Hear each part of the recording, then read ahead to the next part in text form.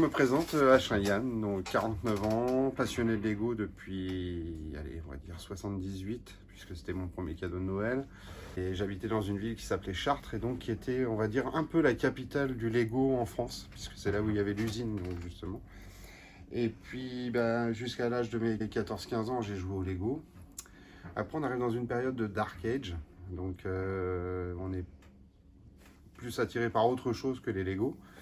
Et on y revient quand on commence à avoir nos enfants. Et puis on achète un set de Lego, on va sur les brocantes, on chine. Et puis au bout d'un moment, la passion revient. Puis après, c'est addictif. Et puis on achète. Et puis après, on se dit, tiens, plutôt que de les avoir dans les tiroirs, autant les mettre à exposer. Donc après, on se renseigne. Aujourd'hui, il y a plein de réseaux. On apprend à connaître des gens qui exposent aussi leurs Lego.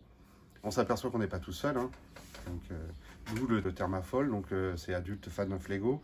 Au fur et à mesure du temps, on a l'habitude de se rencontrer, on se regroupe entre passionnés. Et puis on vient exposer nos œuvres. Tous les enfants partent sur une base de plans. Et au fur et à mesure, avec le temps, on commence à créer. On fait ce qu'on appelle des mocks. Donc c'est une My One Creation. Donc nos propres créations. Et après, on va les présenter, justement. On les met en valeur. Et on va dans diverses villes, même en Europe. Parce que ça m'est arrivé d'aller au Portugal avec les copains. On se dit, tiens, on va organiser une expo. On a commencé dans une salle au Mat-la-Palmyre et maintenant on est arrivé au Parc Expo de La Rochelle. Je dois me déplacer jusqu'en Bretagne pour l'exposer. Donc ça, c'est un diorama que j'ai réalisé par rapport à un challenge qui était proposé par Georges de Lego Master. Et il nous demandait de faire une émission télé. Je me suis dit, je vais faire l'émission Le Meilleur Pâtissier.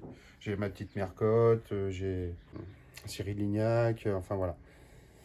On est dans le décor avec les petits frigos, les choses comme ça. Et puis là, il y a mon avatar qui se présente ici. Vous y passez combien de temps par semaine à peu près sur vos constructions?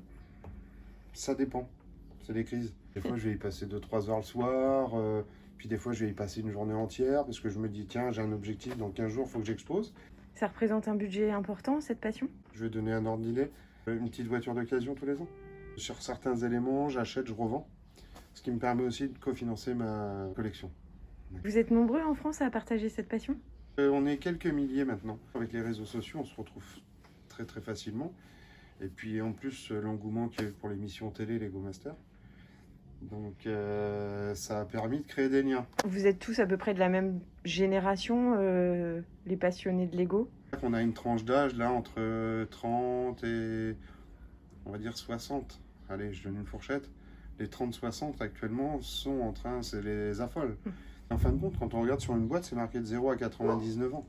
J'ai encore le temps. Je peux jouer à Lego longtemps.